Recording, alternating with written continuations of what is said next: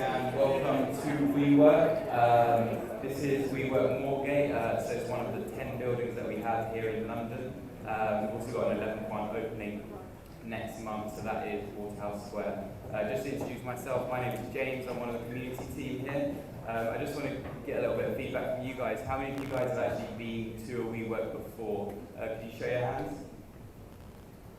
About 40%, 50%, so there's 40, 50, 60% of you guys who haven't been here before. So just to do a quick introduction to WeWork. We are a service office provider. We've been doing this for 6 years now, so it's 3 years initially just in America, and then the next 3 years we've grown exponentially. So from 2013 to 2016, and now we have over 100 buildings open worldwide. So that's anywhere from Shanghai, America, and also Europe, so the likes of Berlin, or also the likes of Amsterdam as well. So there's all sorts of ranges that we've got across the world. What we provide is a service office space, but it's not just a service office space. We also provide community and a huge platform for you guys as creators to develop your companies and also develop as a person within the companies as well. So what we like to do is offer you different events such as tonight, and then also different opportunities to integrate within the community, network, as well as socialize with other companies.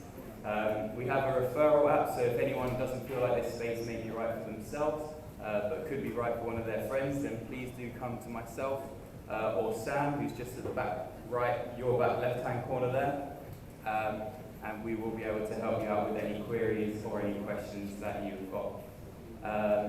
Aside from that, this building is actually the largest co-working space in the world, holding a capacity of 3,100 people. So I hope that you enjoy the event tonight, and I'd like to introduce Vincent to the stage, please. Please give a big hand for Vincent.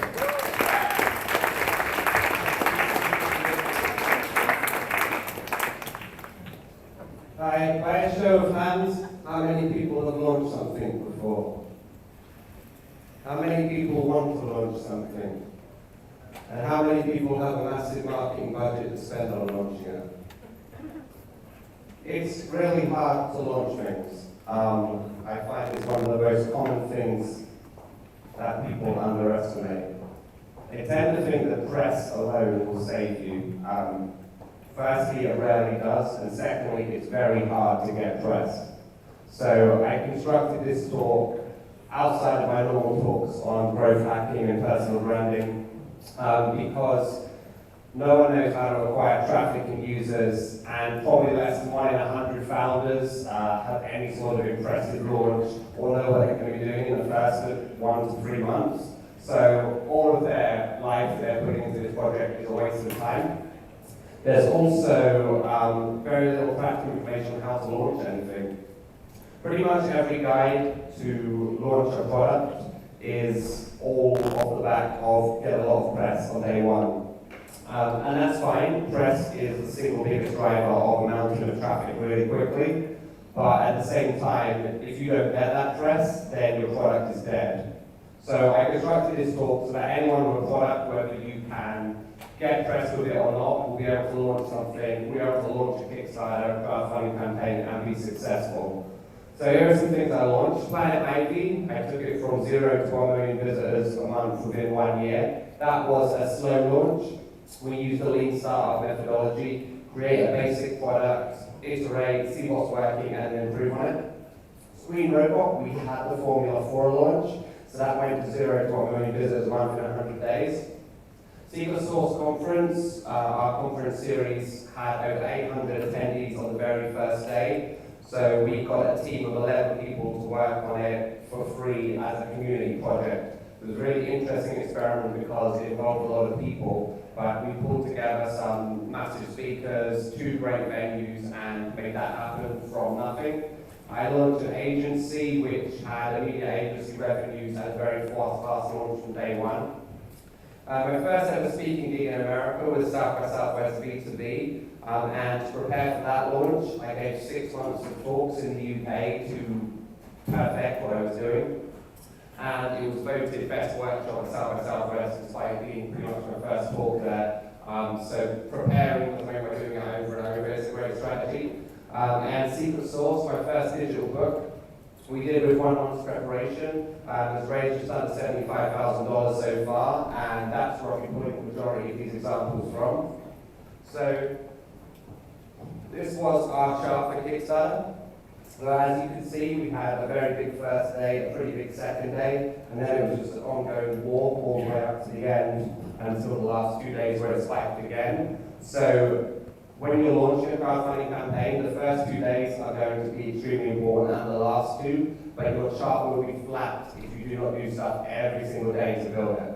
So we'll be going through step-by-step guides to create a pre-launch campaign, how to get traffic, users, revenue, how to have a big first day, and every tool, piece of software you need.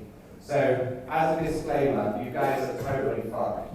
I mean, you really got to understand how hard it is to launch something. I never see people worrying when they're launching a product. You should definitely be worrying. You need to presume everything is going to go wrong because it inevitably will. I think people are far too blasé about launching and far too confident in their own abilities. So my job today is to help you guys unfuck yourselves. So when you launch and you have 0 on the board, it's kind of like when you get a sexually transmitted disease. You're like, how did this happen? What did I do wrong? How could I have prevented this? Not that I ever had one, but I assume. But this is what your first day is going to look like. 0 downloads if you're an app. No one pledging if you're a Kickstarter. No one coming to your website if you're a blog. You have to do pre-launch work. It's one of the most important things that you can do. So, I'll be giving out free condoms to help you not catch that disease. So you only need to do 3 things to launch successfully. You need a product people want, traffic to that landing page, and a landing page which converts well. So you can split everything you need to do into these 3 sections. And if you do these 3 relatively well, there's a really good chance you're going to have a great launch. So remember, no one cares about you and no one cares about your product. This goes back to that overconfidence I find most founders have. The default state is you're going to fail. So you have to have the mentality of whatever I do is going to go wrong, so I better do a lot of things. So begin with a pre-mortem. So a pre-mortem is you pretend it's 3 months or 6 months in the future, and you're having a board meeting and you're talking about why the launch failed or why the product failed. It's a VC told me about this a while ago. It's a really nice idea. So you go, why didn't we launch well? Why didn't anyone use our product? And then you work backwards to solve those problems. So firstly, no one wanted our product. So this is obviously probably the main source of failure, that no one cares about what you're doing. So fix that by reading the mum test. The mum test is the best book ever written on customer validation. So when you tell your mum you're doing a cooking app, she says, that sounds amazing, I definitely like to try it. Meanwhile, she has a cooking book on her shelf she's never used.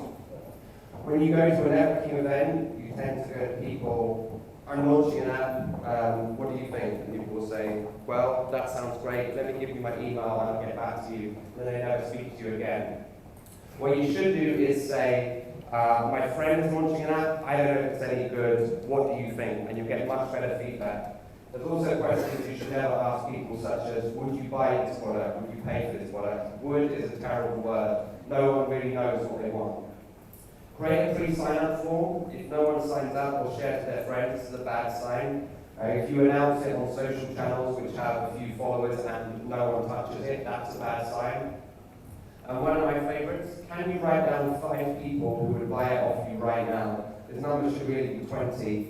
Personas will do at a real push, but ideally you need to know your ideal customer personally so you can go out and talk to them. So I had an idea for a side project recently and I was really excited about it until it got down to, can I list 20 people who would pay money for it right now? I couldn't get to 20, so that was basically the end of it.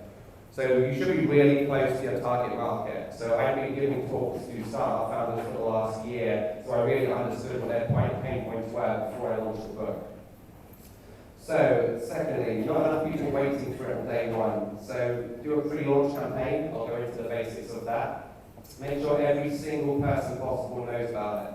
You need to have an explosive first day, what's known as a surround sound effect. That is, people are on Twitter and they see people talking about your product, people are on Facebook, people get email mails about your product. You need to be everywhere on day one and day two, and then 1 week later you can plan for another push, or 1 day later after that. So you need to be everywhere so that people keep seeing you 2, 3, 4, 5 times. Even people who are casually interested in you will go and buy. Finally, not clear how to buy it, bad user experience, bad conversion. So keep your website clear. You only want them to do one thing. Kickstarter and Indiegogo are naturally optimized for this. There's no outbound links to social channels, there's just buy now button. So if you're doing a landing page for an app or a product, it needs to do the same thing. Don't have your Facebook and Twitter buttons on there. Don't have blog, FAQ, all of that. If you're doing a pre-launch, the only button they should be able to click is the one that says sign up now or leave your email. Your site should be fast and mobile optimized, so using something like Unbounce or WordPress is good for this. Too many fields to fill in will put people off, so keep that as minimal as possible. If you're asking for payment, have as many payment options as possible. That will reduce the bounce rate there. This is Unbounce. Pretty much, if you're not technical, this is the best place to build a one-page landing site. It's $49 for a month, and that covers up to 5,000 users. So if you have an idea for a product or a service or an event or whatever you want to produce, I would create an Unbounce page, get some traffic to it, and you can automatically change the headlines so you can see which one converts better. So this is all being auto-optimized by millions of people to get to the point where it's up to you. So creating your video on Kickstarter or Indiegogo or your landing page, the two things we did. Number one, rawshorts.com. So that doesn't really cost anything at all, and it is all of those flashy words that come over your images and all of those flashy animations. So you can make it look professional quality, and you can do it from your bedroom with no editing skills needed. If you outsource something like this, it's only ever going to be a back and forth via emails. I don't like this font, the words aren't matching up with my music and so on. So by creating it yourself, you take all of that out of your film team's hands. You should be getting a professional film crew to film it. So I had a good friend, Andre, producer, giving a shout if you want to work with him. But it should be, generally speaking, you against the camera talking about your product as clear as possible, like high definition quality, good sound, but use RawShorts for the animation and use Premium Beat for the music. So I'm a big fan of getting your video to be like a movie trailer. So Premium Beat has thousands of completely royalty-free tracks that have been specifically created to give away for you. So you can buy a track for about $100 and you can use that any way you want. So you can have super professional music as well, so you don't have to pay thousands to someone to do that. If you're scared, stop now in terms of traffic. Whatever you're doing, you need to bomb the hell out of everyone who is finding out about you. So you're going to need to be on a lot of channels, and you need to do a lot. You can't be thinking, I don't want to be a nuisance. You do want to be a nuisance. You have to be everywhere. It could be that you're going to get a lot of press. It could be that you have a lot of Twitter or Instagram influencers. Whatever it is, you need a ton of traffic. Unfortunately, the industry standard for everything in terms of conversion is 1%. If you get 100 people to your website, 1% will actually buy it. If you get 1,000, about 100 will, and so on. So it's really, really difficult to get that traffic. You need to get a lot of it, because only a little will convert. So I'm a big fan of planning out every single potential customer. So Twitter, we're going to reach out to 10,000 people a week. Facebook, we're going to do paid ads. Instagram, we're going to do paid shout-outs. We're going to reach out to 50 blogs and expect 10 of them to cover us. We're going to organise a meetup once a month before we launch and the day we launch and when we finish launching. So with this real life connection, it's far stronger than just a message on a computer screen. So when we decided to do a Kickstarter, I was on a plane from Boston to Denver, and I came up with 19 different traffic channels in like 3 hours that we could try and get traffic from in order to point to our Kickstarter.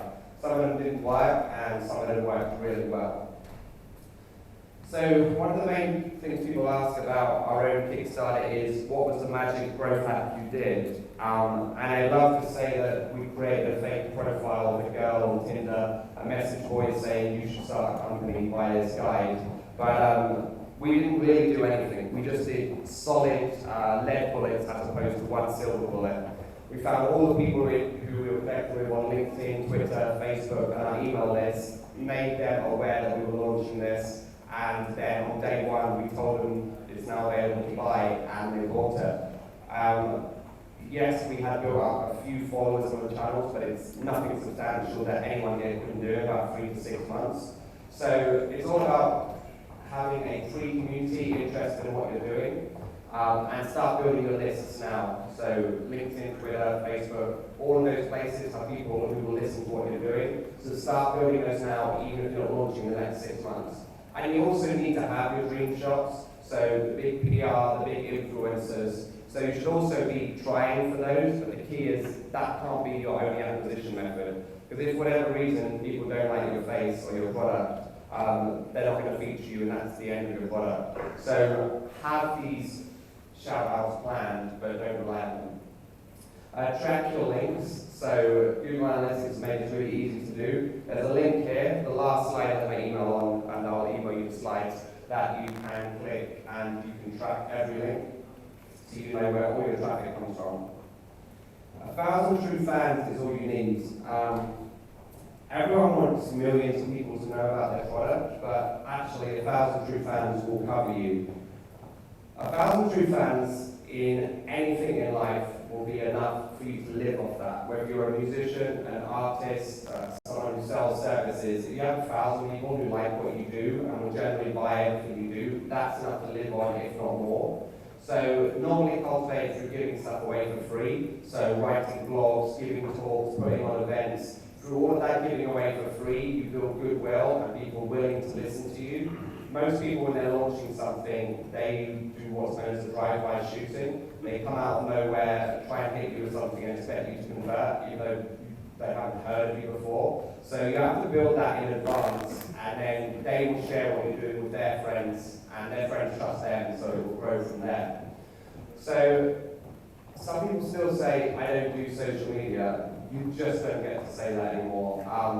You can say that if maybe you have a fantastic real-life network and you're out every night and your phone is buzzing with people, but you can't be an introverted, shy person if you want to do a launch. There has to be a channel you're getting out there so people know who you are. So it doesn't necessarily have to be social media. It could be a massive email list. That would be far more valuable.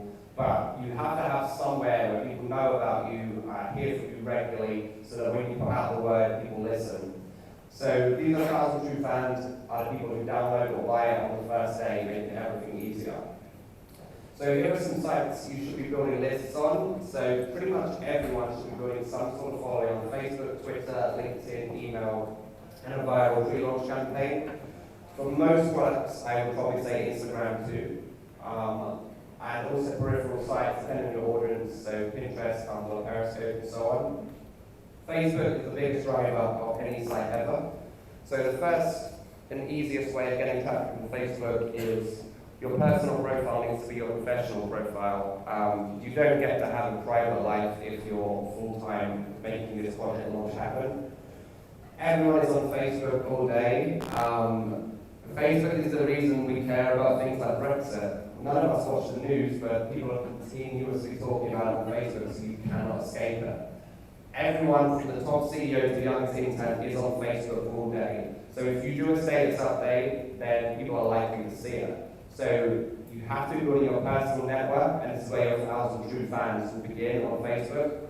You also need a personal network to post in the Facebook groups. Groups are the last place on Facebook you can get free traffic.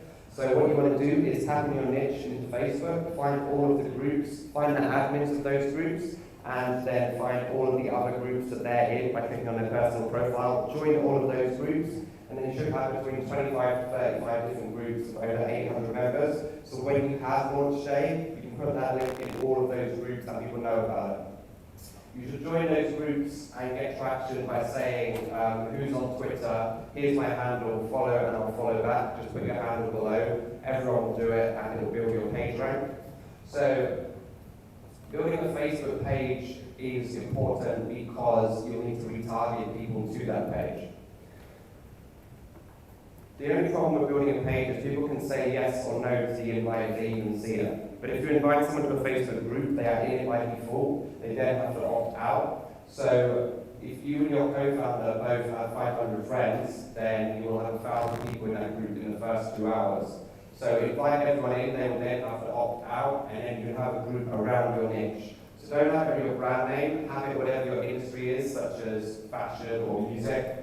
And you have to post it at least once a day to begin the community, and after a little while it will take on its own life. This is the Facebook newsfeed. So this is how Facebook chooses what to show, what goes in your feed. So firstly, interest. How interesting are you? Very interesting. Do people generally like, share, and comment on your posts? Yeah, all the time. Excellent. So you want to be like this guy. If your posts get likes, shares, and comments, then Facebook will show all of your other posts to more people. So don't be putting out posts that get 0 interactions. Secondly, the type of post. Whatever Facebook has released most recently, it will put highest up in the algorithm. So if you are putting live video, that will get shown to a lot of people you're connected to. Below that, if you do normal video, that will get shown to quite a lot of people. Then text and photo, and finally, external link. Facebook's always hated external links because it causes you to leave Facebook, and Facebook's one job is to keep you on Facebook as long as possible. So by having posts that are not links, they'll get shown to a lot of people. So where possible, don't have a link to a blog post, just put that text or that picture into your Facebook feed, and it'll get shown to a lot more people. If you go on any big page and look at the interactions on a video versus a text or picture post, and you'll see that the text and picture post get shown to a lot more people. Recency is the area of most control over. You generally want to get 10 likes or comments in the first 10 minutes in order that it gets shown to a lot of people. So you might have noticed when there's been a baby or a wedding, that's glued to the top of your feed, because as soon as it came out, a lot of people liked and commented. So your content needs to be as good as a baby or a wedding. If you can't do that, then I would suggest doing a thunderclap. So thunderclap is an incredible device for tricking Facebook into thinking what your content has is going viral. So thunderclap is when you and all of your friends agree to show a post on Facebook at a set time. So you create a status update, this product is out, it's going to be amazing, whatever. You invite your friends to do the thunderclap. If 100 people agree to do it, then it gets released on Facebook at the exact same time, so that you have a lot of things hitting Facebook at the exact same moment. It thinks something's going viral and shows it to a lot of people. When we released our thunderclap for our Kickstarter, we had a total addressable market of 330,000 people, and we made £2,500 in that hour because so many people saw our post. So Twitter. Twitter is my favorite social network. There's so many ways of getting at someone. You can follow, favorite, add to a list, retweet. That's 4 more ways that you can get at someone than you can on Facebook.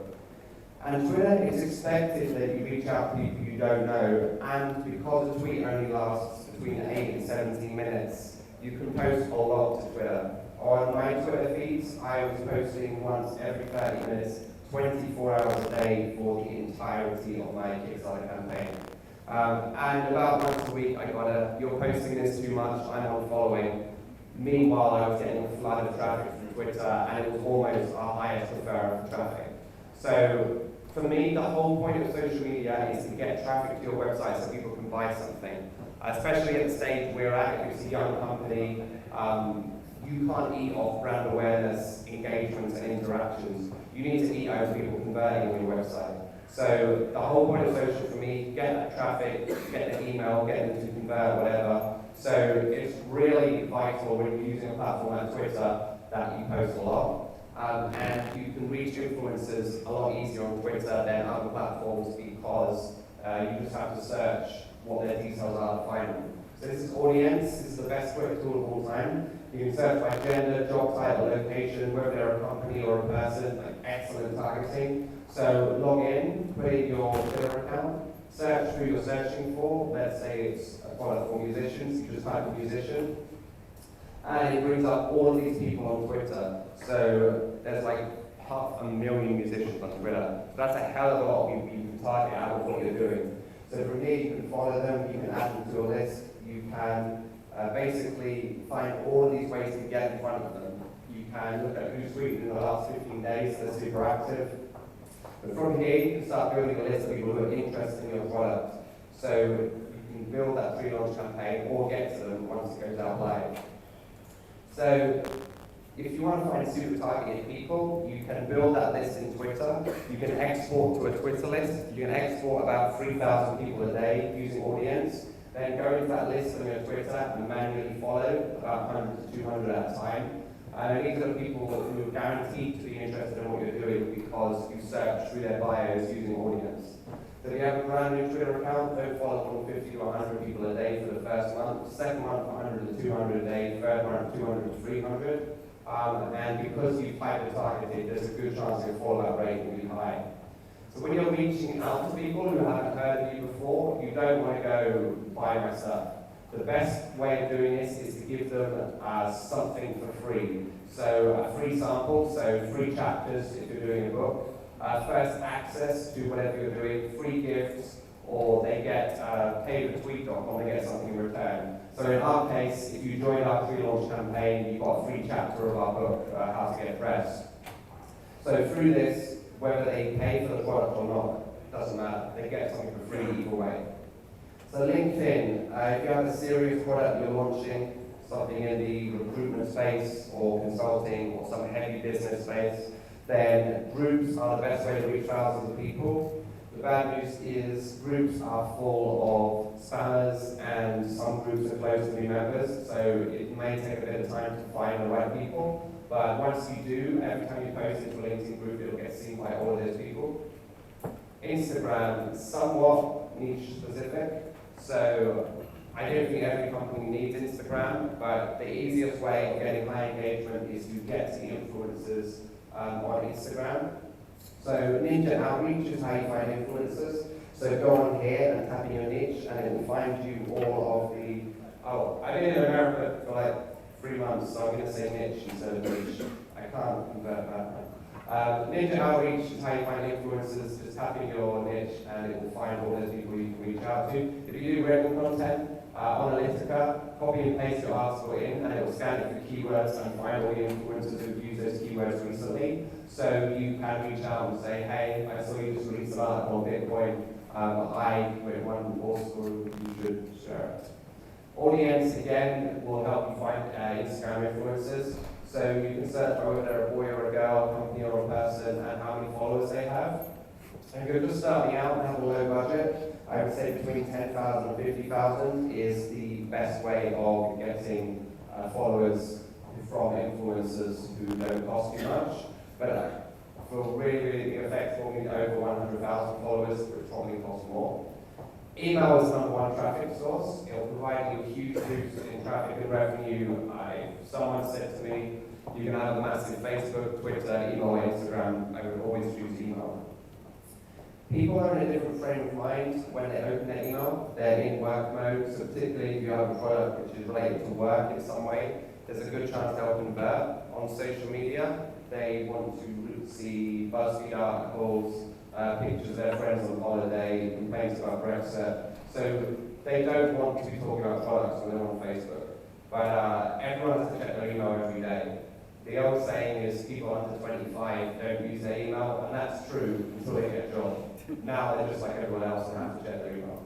So shout-outs are critical from your personal network. So I think part of our secret sauce is, I don't think anyone with a massive social following shouted us out, but we got co-working spaces to shout us out. We got accelerators to shout us out. We got sub-influential people in the founder startup space.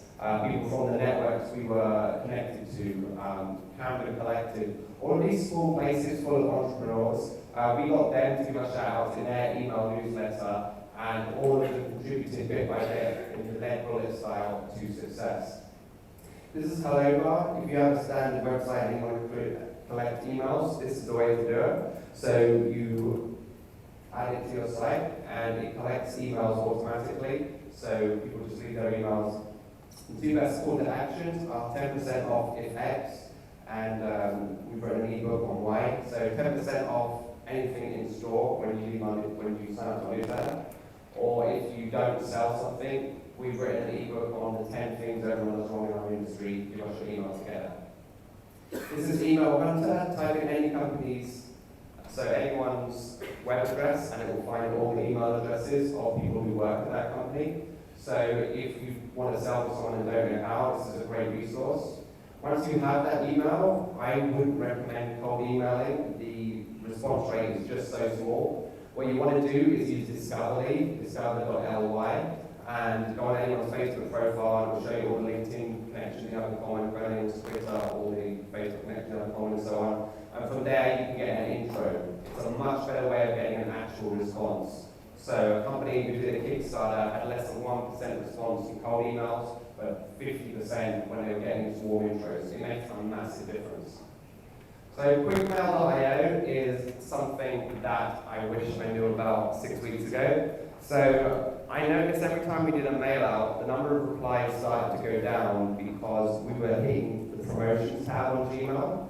So I was like, how do we make sure our emails get to people?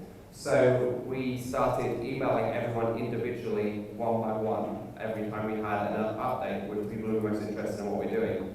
So this took a lot of time, but it worked. We saw our revenue start to spike after we did it, because people were absolutely receiving our messages. Every single one was coming from Gmail, not a MailChimp or a mail server.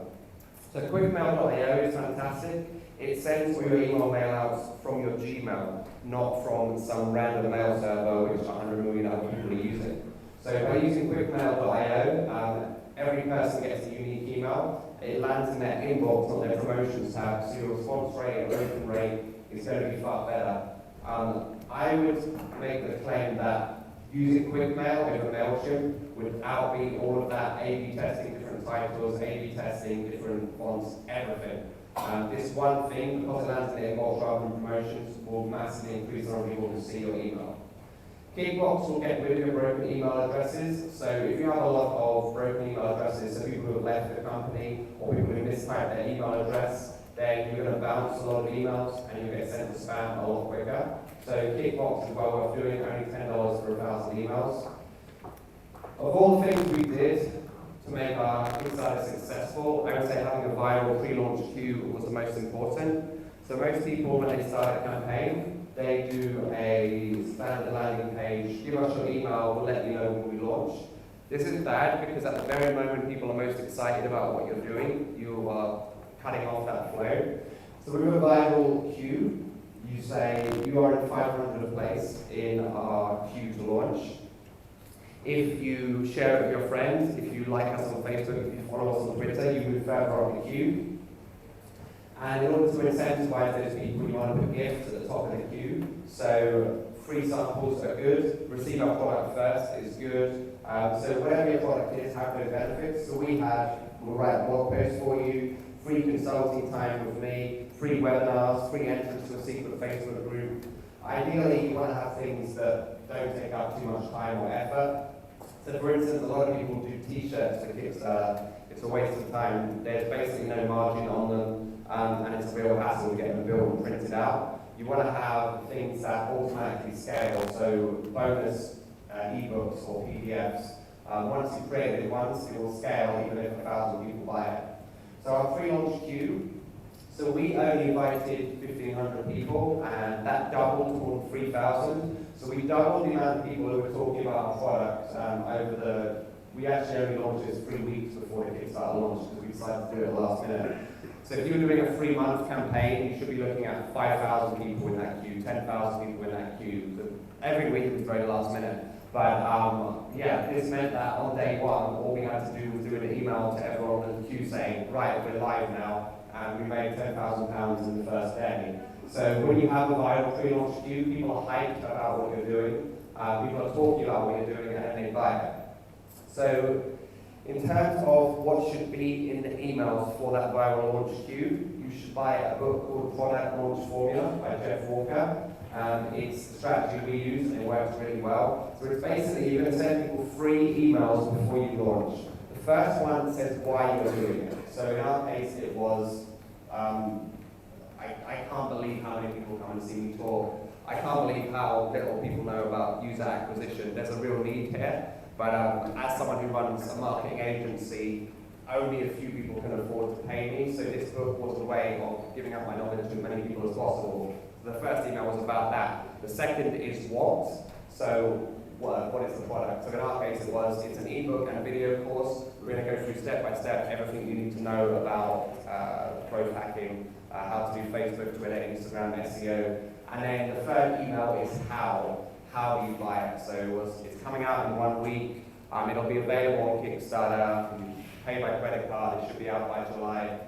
And then the fourth email is we're live now. Check it out. So it's a very simple process. It takes advantage of psychological triggers of excitement, social proof, scarcity.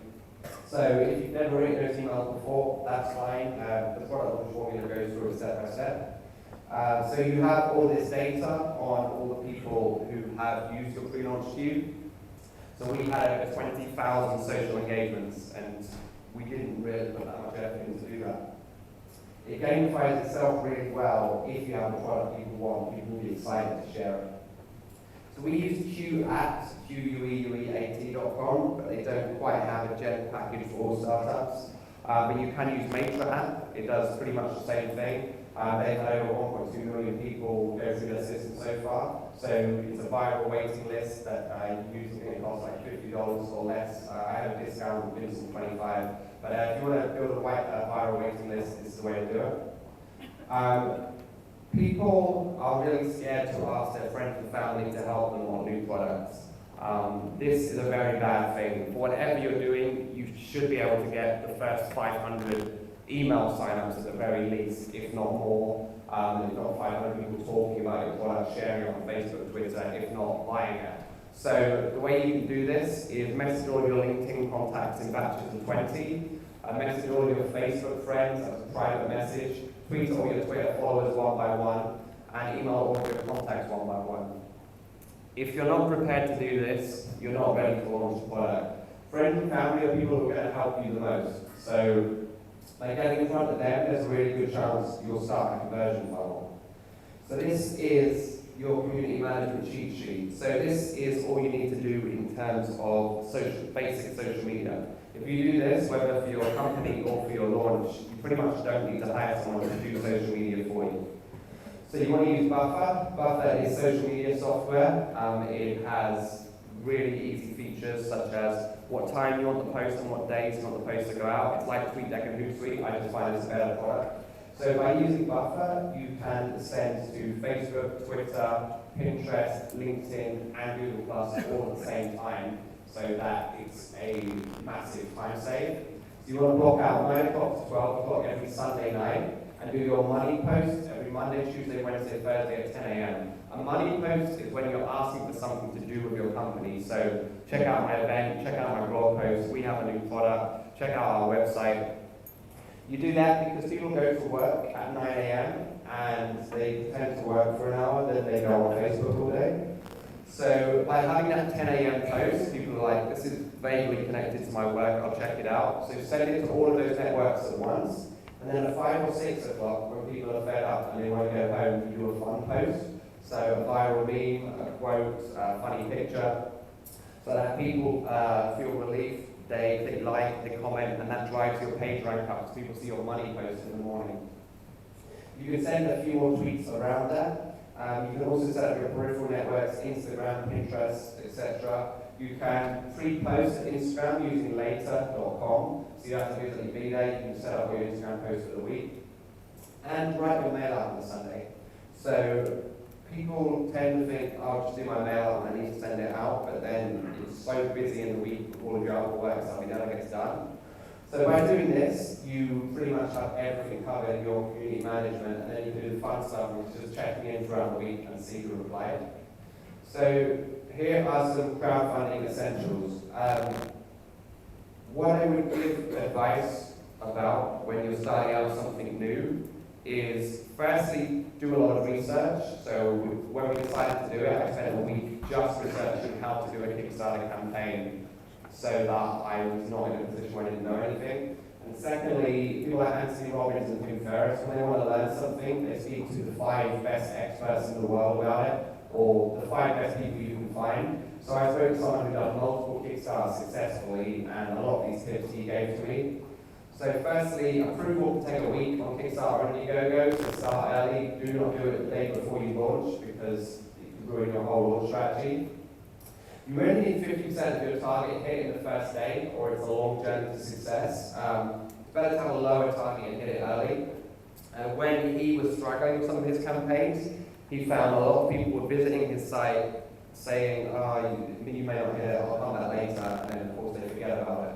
But it's better to have a lower goal that you hit, so that the entire journey is a party. Say thanks to every backer within 48 hours.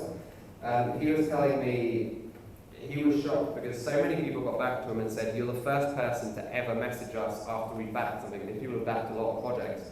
But I think a lot of people who do Kickstarter are complacent. And the reason you do this is it reduces the number of people who cancel. So between them pledging and a month later, when that money is taken off their credit card, they can have expenses come in, anything could happen, so they can cancel it. But if you've already started a conversation with them, that reduces that rate massively. Introduce new rewards and stretch goals during your project. This will keep momentum up and people will upgrade to the higher tiers. What you want to have with Kickstarter or Indiegogo is a no-brainer package, and this is basically the one you want everyone to commit to. So you're going to have a basic version of whatever you're selling, but have a no-brainer package and fill that with as much value as possible. So fill that with things that scale really easily, such as ebooks or live Q&A that everyone can log into a Google Hangout or webinars. So all of these things don't require much more effort once you produce them once, but you can stuff them into the no-brainer and get everyone to do that. So that by far was our highest level, the no-brainer. Cross-promo over Kickstarters, so find other people doing successful Kickstarters and then message them saying, can we swap a shout out in our newsletter for a shout out in yours? Good update is when we show what you're working on. So we're doing this, what do you guys think? Also milestones, so 50%, when you hit it, etc. You can use QuickCast app to create short videos so that you know the people who have pledged the most will be really happy with you. And send them to a viral queue out in the thank you message.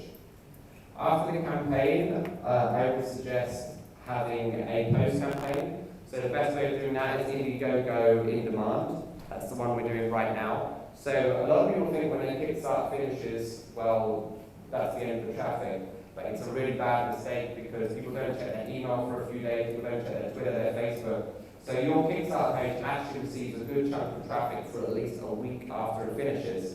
So we had the second the Kickstarter ended, we sent them to our Indiegogo in demand, which has made thousands of dollars since. So that's all the traffic that hits your Kickstarter, and they're like, oh, where can I buy this? It's a big blue button saying buy it now. So can go to a personal website or to Gumroad or some other site where you're selling it, but have somewhere that you can go straight afterwards.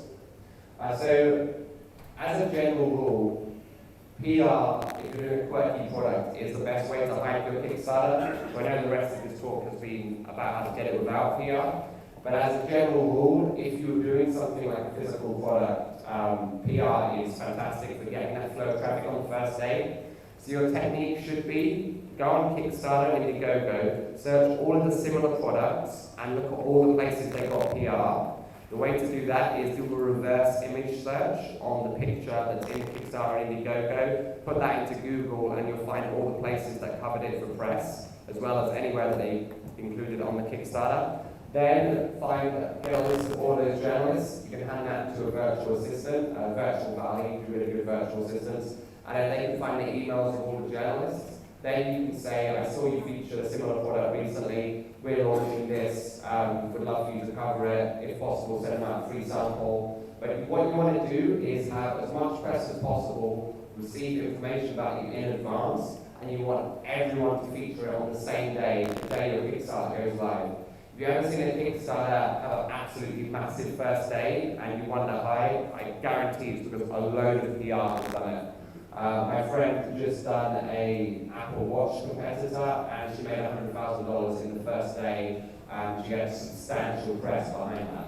So you have to get all that press lined up. So on day one, it hits everywhere, that surround sound effect, and then it hits home. Press power will help you find journalists. So you just do a search for your niche, so sports, fashion, gaming, whatever, and it will find all of the sites who cover that.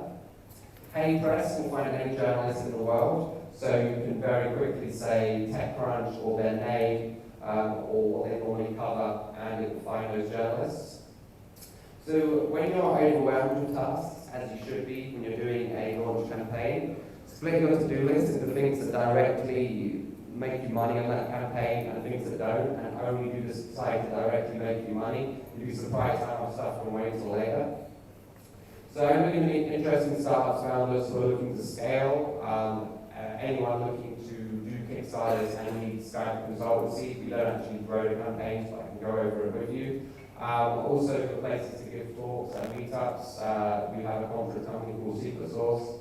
And my book on growth hacking is available on Kickstarter, available on Indiegogo right now. So step-by-step for SEO, content marketing, social media, and so on. So thank you for listening. I'd like to open it up to questions right now. And if you want slides, hit me up on vincentmagnific.com. Cheers.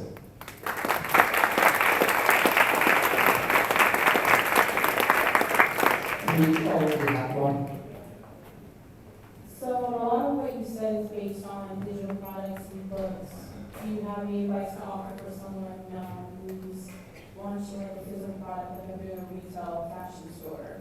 So I'm not sure how a lot of this is applicable, and I have read the product launch formula, and I felt the same thing after reading that. So the reason digital is so powerful is scale. You really would struggle in real life to get a buzz going if you're just one person. If you're one person with social networks, with email lists, with user funnels, then you can get a hell of a lot done to get people to that real life store.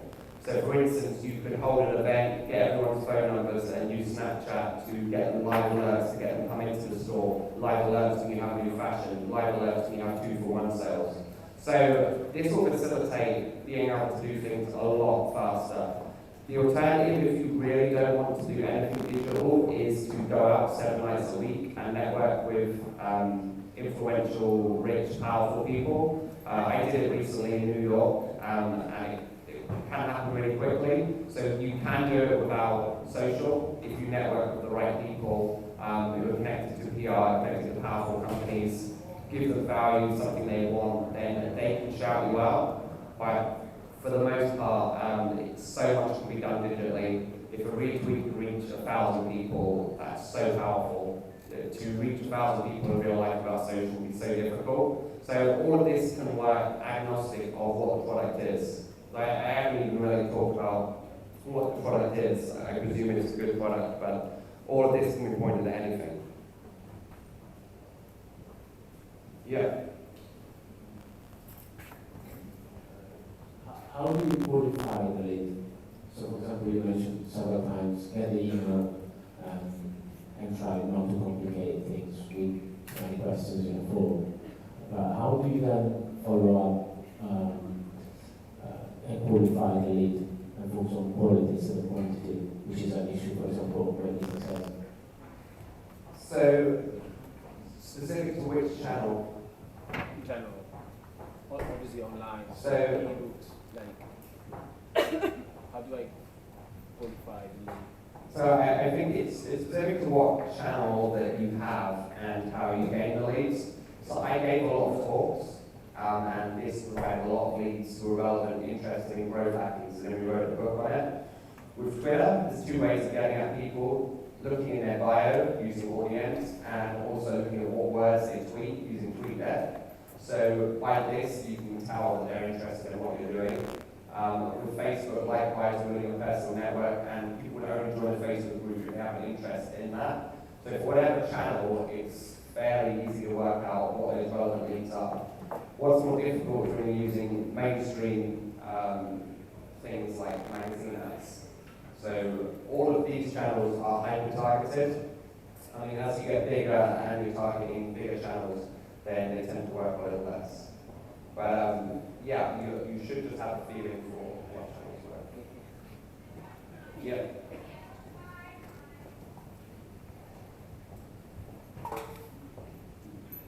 Hi, great talk. when do you start making people aware on social media about the product? So what's that tendency to move to buy or buy? So, you talk about 3 months, 6 months, what about you? So I think, like, immediately, even if you're looking at 6 to 12 years, start building your lists. Facebook, Twitter, Instagram, email. Start building those now, and where possible, give as much content away for free. This is really counterintuitive, and I know most of you are probably thinking, I won't do this. Like, I'm not going to write blog posts for free, I'm not going to put on events for free. But if you appear from nowhere, no one will care. So start building your list, and maybe 3 months before you can start the viral waiting list. I would grow that list for 3 months. And it will gather speed over that time until the very end when it launches. There's no golden rule for doing it. If I was doing a Kickstarter again, I probably will launch another book early next year. I massively increased the amount of time we took on it. We did everything at the last minute, so it was very quick learning, but yeah, I would definitely do 3 months. But having that network of people who care about what you do is so important. Hi. You mentioned a book about the product launch formula. What was the book? Product Launch Formula by Jeff Walker. Yeah, there's someone down here. Oh, there's someone down there. Alright, down there. Hi. What's the best way to build a landing page that with a high conversion in terms of like buttons and things like that? Use unbalanced.com. $49 for up to 5,000 visitors a month. $100 a month for like 25,000. Unbalanced does it all for you, so you can know technical skills. Very top line. Someone I wanted to ask, so if you, say, launch a product or testing an app trying to get email sign-ups, and you've had some response, but you haven't had an amazing response, it's been kind of middling. Do you have any advice on when would you decide to cut an idea you've got that isn't getting a fantastic response, but is showing mediocre progress? That seems to, I think you really have to go with your gut. If you have a few people who are really excited, and if you have organic things happening, like you see people on Facebook posting it that you didn't ask to, that's a really good sign. And this again is why I'm a big fan of building up your personal Facebook network. Facebook is completely closed and private, so if you're not friends with anyone connected to this product, then you won't see it. So yeah, I would say organic, Twitter and Facebook. And that's the good thing about that viral launch campaign. It gets people to share for you. And then you can start talking to the individual users and seeing if they're interested. It's difficult to tell the exact number, but it is possible to gauge it. Sometimes you just have to use it. Yeah. Hi. You mentioned launching 4 accounts. What would you brand them as saying? Brand them as So you could have it company info, company team, company UK, and company something else.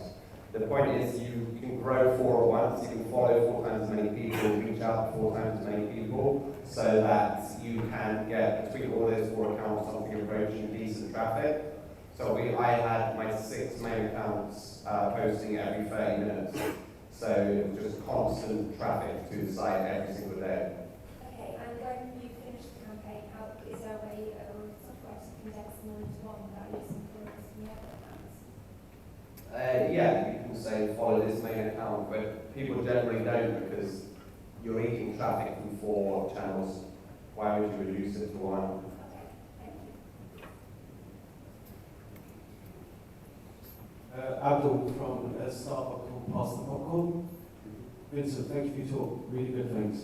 But I've got 2 questions for you. One is, which social media platform do you think you get the most click-through from? And the other question is, what practical advice would you give to startups like mine who want to get press releases out to journalists? Would you just send them constantly, or how would you go about getting a press release onto a desk of a journal? Okay, so in regards to the first question, that's a really good question. By far the best way of getting clicks is Twitter, but it's dying, so it really sucks. Twitter by far is the easiest way of getting clicks to your website. Instagram has much higher engagement because you can't put links in pictures, you got to get them to your bio, so it's an extra step. Snapchat has no clicks at all, and Facebook you can't build on zero budget. So if you have a budget for advertising, even if it's quite small, Facebook is the king of traffic and always will be. So if you can put aside £1,000 a day for your Facebook budget, that is enough to get a strategy going. So what you want to do is put $5 a day on ads, and have 10 different ads with different copy, different pictures, and just log in every day and see which ad got the most clicks, and then delete the ones that get 0 clicks, and then double down your money on the ones that do, like a gambling strategy. And eventually you get to a point where you have 2 or 3 which are getting enough clicks to make it sustainable. I've spoken to internet marketing experts who make millions of dollars, and I met someone the other week who makes £100,000 a month doing things like this, and there's no secret sauce. It really is just great copy and ads, which is a good thing. Because I said, why don't more people do this? And he said, they're lazy. The second question was PR. I'm not an expert on PR, but the reason I haven't done PR is I'm lazy, and I hate doing anything that's manual. But the manual way to do PR is you have to have personal relationships with the journalist. You have to start building those relationships weeks in advance before you try and drop them something. That really is the best way of doing it. Instead of people like you. The shortcut, if you can't do PR, is to do content marketing. So prepare 20 articles in advance and then send them out to Huffington Post, Text City News, Text City UK, or anything relevant to your niche. You're giving them free content, there's a much bigger chance to get on the site. Because even if your product isn't newsworthy, you can just find the most controversial thing in the industry and then talk about that, and then just have hidden in there one link to your project. Yeah. Great talk, thank you very much for it. So you've mentioned that you met with a lot of influential people in New York, and when you network aggressively, you can easily meet around 200 people a week. So how do you select these people after that and maintain a relationship with them? So I didn't say 200 people a week, but so in the example of New York, my flatmate was somewhat related to the New York nightlife industry. She'd been in Sports Illustrated, she designed some things, she was hanging out with Alicia Keys' husband and stuff like that. She took me out on the first night, I met someone more important than her, and then I went out with him for the rest of the week, and he introduced me to more people, modeling agencies, lots of other stuff like that. So if you're genuinely meeting influential, powerful, rich people, and they like you and they take you out, then you can meet more of those people, which then has an angle to press whatever you're wanting to do. It's an old-fashioned way of doing things. It's no more or less powerful than this stuff. If you're naturally outgoing and social and you can charm people, then it's a fantastic way of getting large reach. Like I always say, the reason I'm giving this talk is some people just can't get press, some products can't get press. So this enables you to have it in your own power. But where possible, yeah, the traffic press gets is amazing.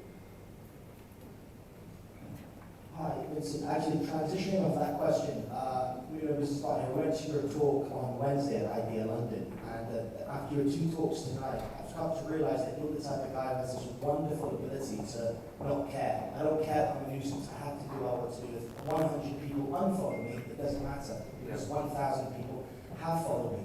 Is this a skill that you think you were born with, or have you acquired this over a period of time? And does it only work for a certain product, or can it work for everyone? So is the question the skill of not caring? I was thinking about this on the way here. Like at Secret Sauce conference last Friday, I couldn't not give a talk on Brexit because it was just so happening. So I think learning one of these skills and having a I don't care attitude very soon it's not going to be something you can choose. Like wages have not raised since 2008, jobs have not returned to the rate they were since 2008, and now it would appear that things are only going to get worse. So learning all of this stuff and being self-sufficient, I think there's going to be a massive chasm between people who understand tech and know how to do this stuff and everyone else, because there's going to be so few jobs. So for instance, one person in the government said, we're still going to let immigrants into England. They can only work, they can't get any other benefits, which will be like the Mexican people in America who will work for $1 an hour. So that's going to undercut even more people. So the whole system is going to get worse. So you won't soon get a choice. You will have to do such strategies. So you may as well start to learn now. And all humans have a thing where they want to look good. So you don't want to appear to be talking about yourself too much, talking about your products too much. But the more you do this, the more you realize you can get away with a hell of a lot. You can send your message out over and over and over, and the blowback is so small. So Ryan Holiday wrote a book on how to get PR, and he talked about journalists getting things wrong. So they will post anything in real time, even if the facts aren't correct. And then if they get it wrong, they get to do another article saying correction, getting more page views for that. The punishment for getting caught is very low. So through all of this stuff, which isn't in any way illegal or wrong, it's just a perception people have. Having sales skills is not something anyone is born with, which is why I always tell people to start by pricing really low if you're launching a product, and then increase it over time. It's really easy to increase your prices. When I started coaching, I was coaching for £99 for a month worth of coaching. So a very low price, but it meant I had 19 paying clients in the first month, and I got comfortable asking for invoices and closing. So yeah, I think it's something you need to train yourself how to do. I don't think anyone is wrong with it. Yeah. Hey, love the talk, really useful. I was wondering, are there any new emerging social networks like Periscope or anything like that you think are worth getting on now, and maybe by it being less competitive you can build like your own brand much more effectively by getting there early? Yeah, it's a really good point. It's something a lot of people are talking about.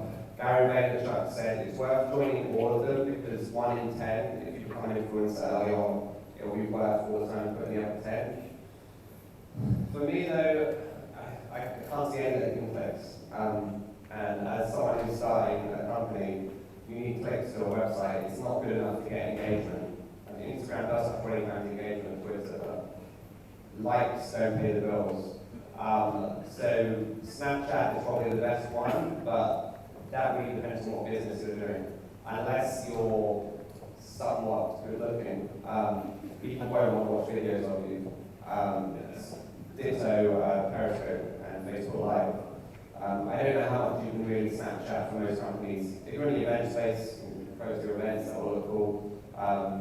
Restaurants, you can send messages out and get through the door, but for the most part, all you're ever really doing is working on a laptop and eating donuts. Like, that's what most companies do. So what can you Snapchat 7 days a week to get that consistent content? I still think those 5 I mentioned, Facebook, Twitter, LinkedIn, Instagram, email, that's more than enough for 99% of companies. The fastest growing network is Musical.ly right now, but the average age of that is literally 12 years old. But that's where you will find influencers cheaply. Hi, good talk that I was there last Wednesday as well. I think you said that you should do any of this until you've got quality product market fit, and we want to get people in front of you, right? Is there any sort of channel or hack or service that you recommend while you're still searching to improve or prove that product market fit? To improve your product market fit, you just need to talk to users. Put up a landing page, see if they sign up. That's the acid test. And ideally, if you're selling something, put up a button where they can buy it, even if it's a fake buy button, and people click it. That's the only way of really knowing. Any other questions?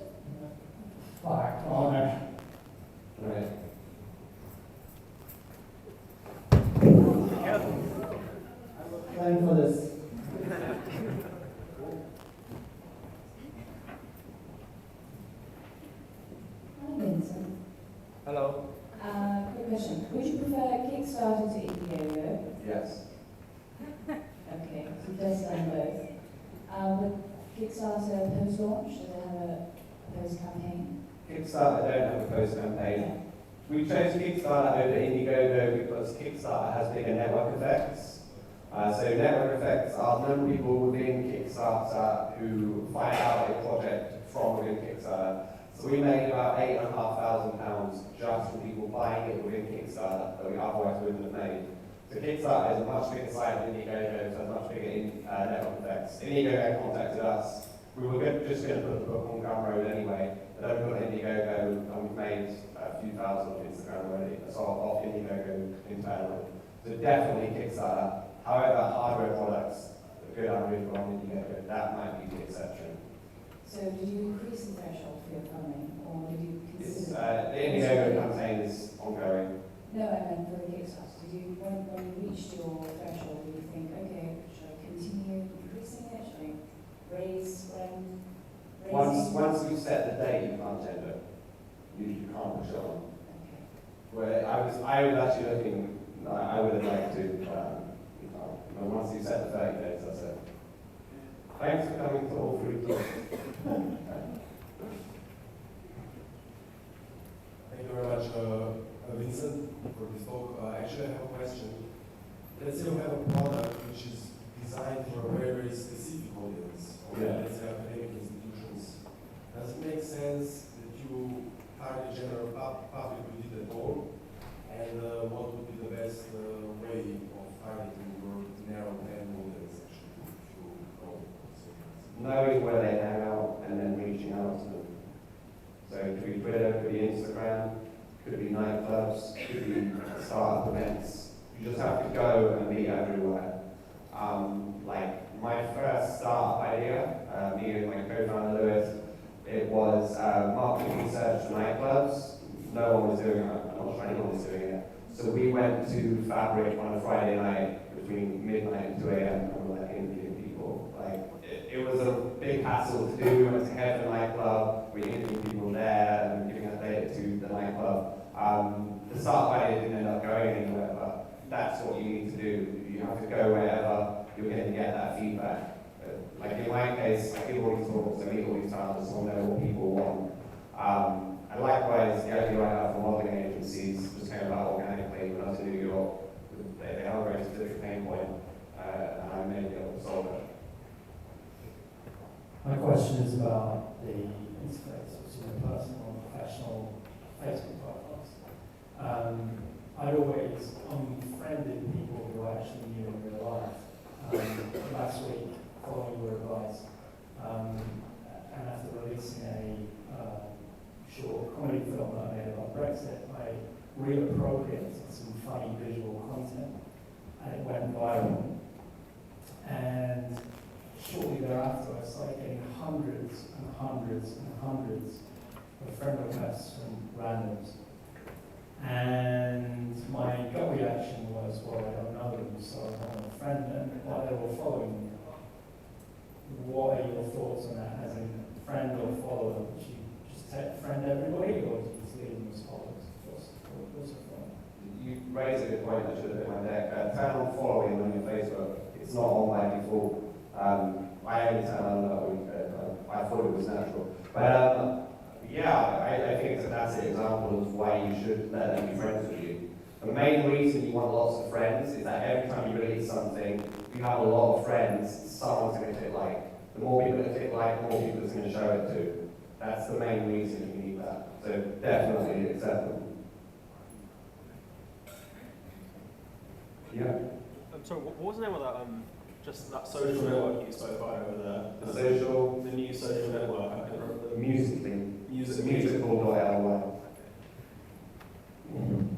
Do you have any digital products ideas? Good ideas? Any digital product ideas? Or when you have ebooks, right? What else do you think is a good idea? Or what ideas for companies that I'm talking about things about to sell online, digital.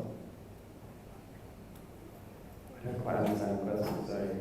There are digital products like ebooks. Is there any other digital products that maybe are viable to be sold over the internet? I well, I think anyone can really write an ebook and make money from it. The startup costs are so low. Is that what you meant? Yes, but another example is like ebooks. Digital products, webinars. People pay for webinars. There will be. I mean, software as a service is the best thing that scales. So that you can have a product idea in there. It doesn't cost you any more. Thank you, Vincent. When you mentioned email hunter, you also mentioned another software to go further. Then what was the first bit? When you talked about email hunter, Yeah. then you mentioned another. All right. Yeah. Scarcely or something like that. Discover.ly. So you put that in your email and it shows you how you can connect with people. Hey, Vincent, great talk. Quick question. So you mentioned that a percentage of your backers came from your own network, and then a percentage came from Kickstarter. Is there a way of increasing that percentage on Kickstarter, as in by trying to reach more of their audience? Yes, absolutely. Get as many people to donate on the first day.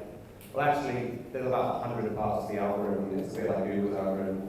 Get as many people to back on the first day, even if it's just £1.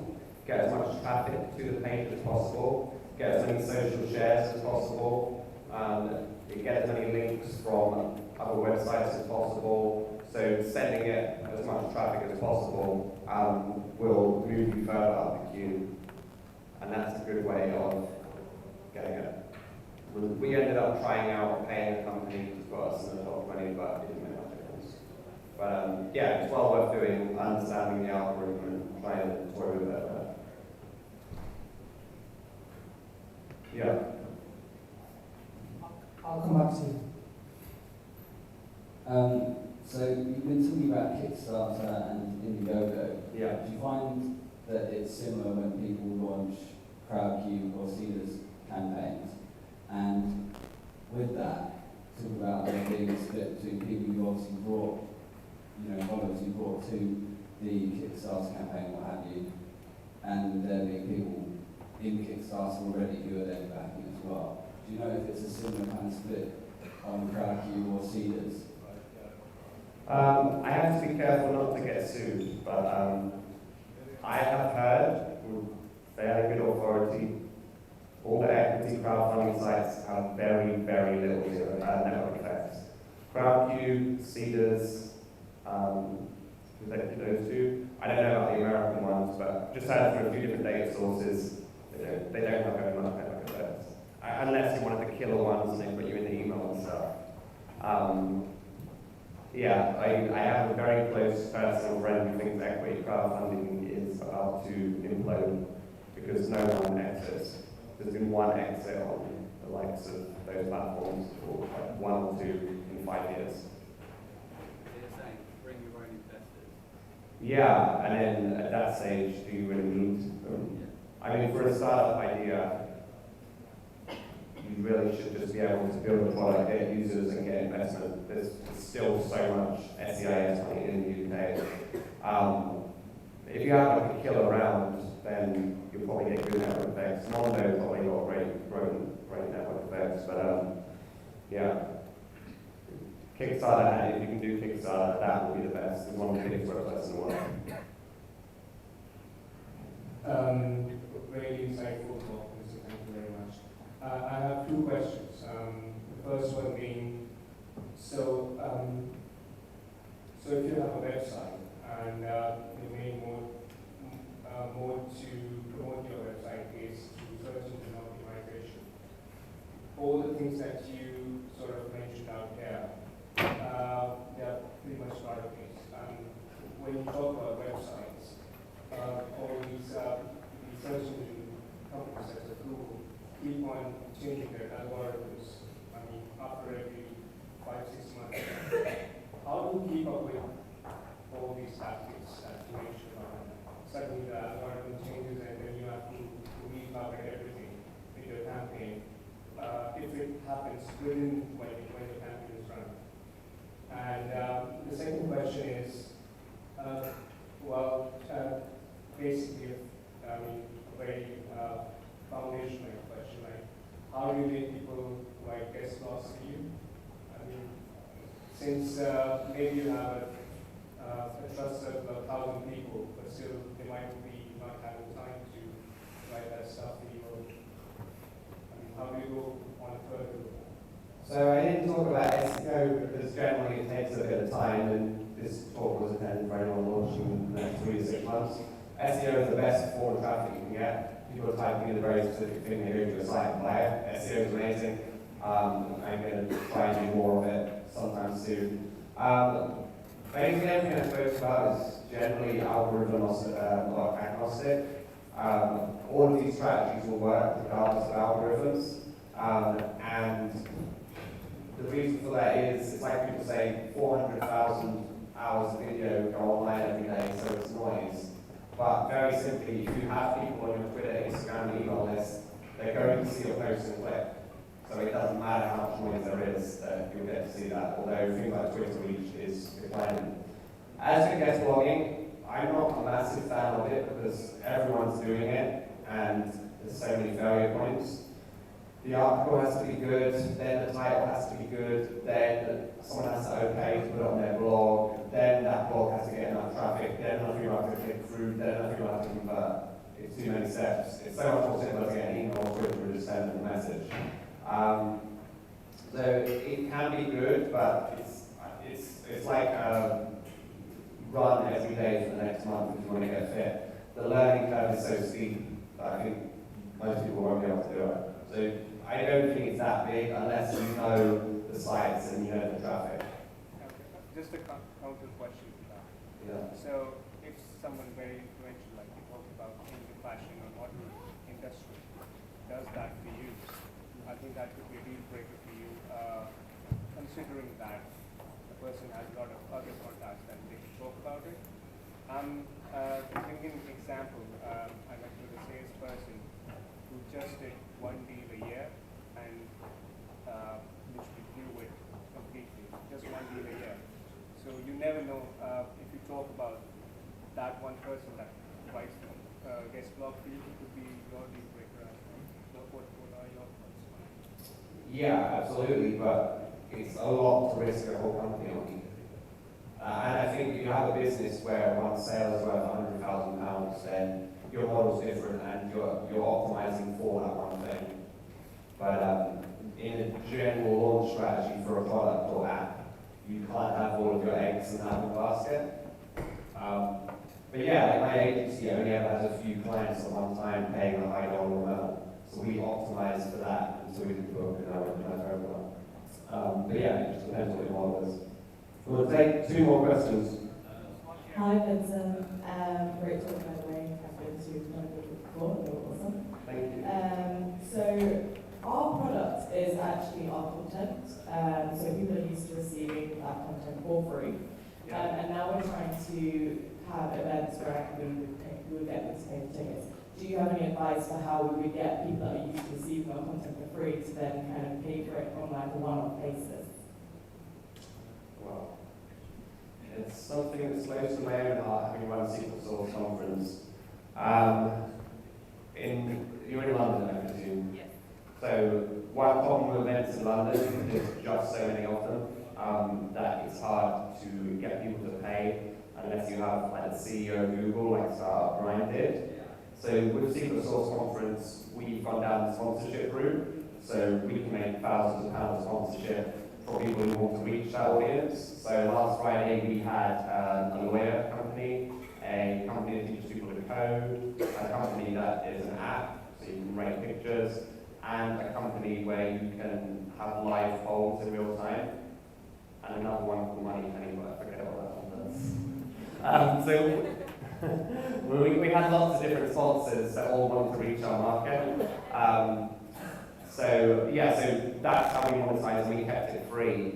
As a general rule, like as you as an entrepreneur, your model might be the same as mine. Give lots of talks for free, maybe blog for free. I've been a bit lazy around blogging. And then people hire you as a consultant, people hire you to come into an office and train people, like I do with corporates and stuff right now. So that's how you monetize on that.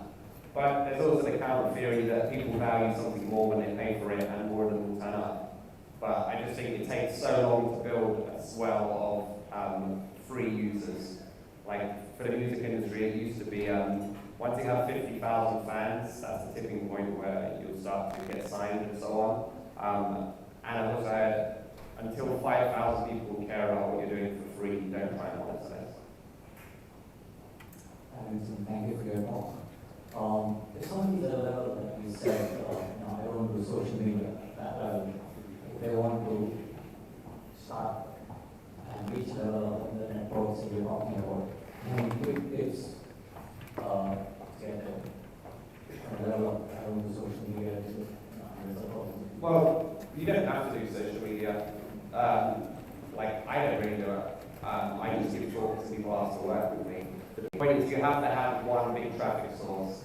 The person who doesn't do social media, if they have friends who are the head of BT, BP, Intel, massive companies who can get the word out to people, that will be fine. But you have to have something that will be a traffic bomb. And if you don't have those contacts, or you're not prepared to go out and network to get them, then using these methods, you can build it yourself. Yeah, it's smaller, it has a lower ceiling, but you're in control of it. If you put more hours in, you'll get more followers and lists off the back of it. So you don't necessarily have to, like some business-to-business companies, social media just won't matter. You'd be better off taking people out to lunch, waiting for Winchell, who can get you into the right networks there. But you have to find somewhere to turn the traffic tap on. If you want to use social media, start from a level where you have no contacts, and then bring it up. Is there any quick tips for it? Yeah, buy my book. The book didn't exist, that's pretty much why we built it. It's step by step. Here's how you do this, here's how you do this. And then that will do it.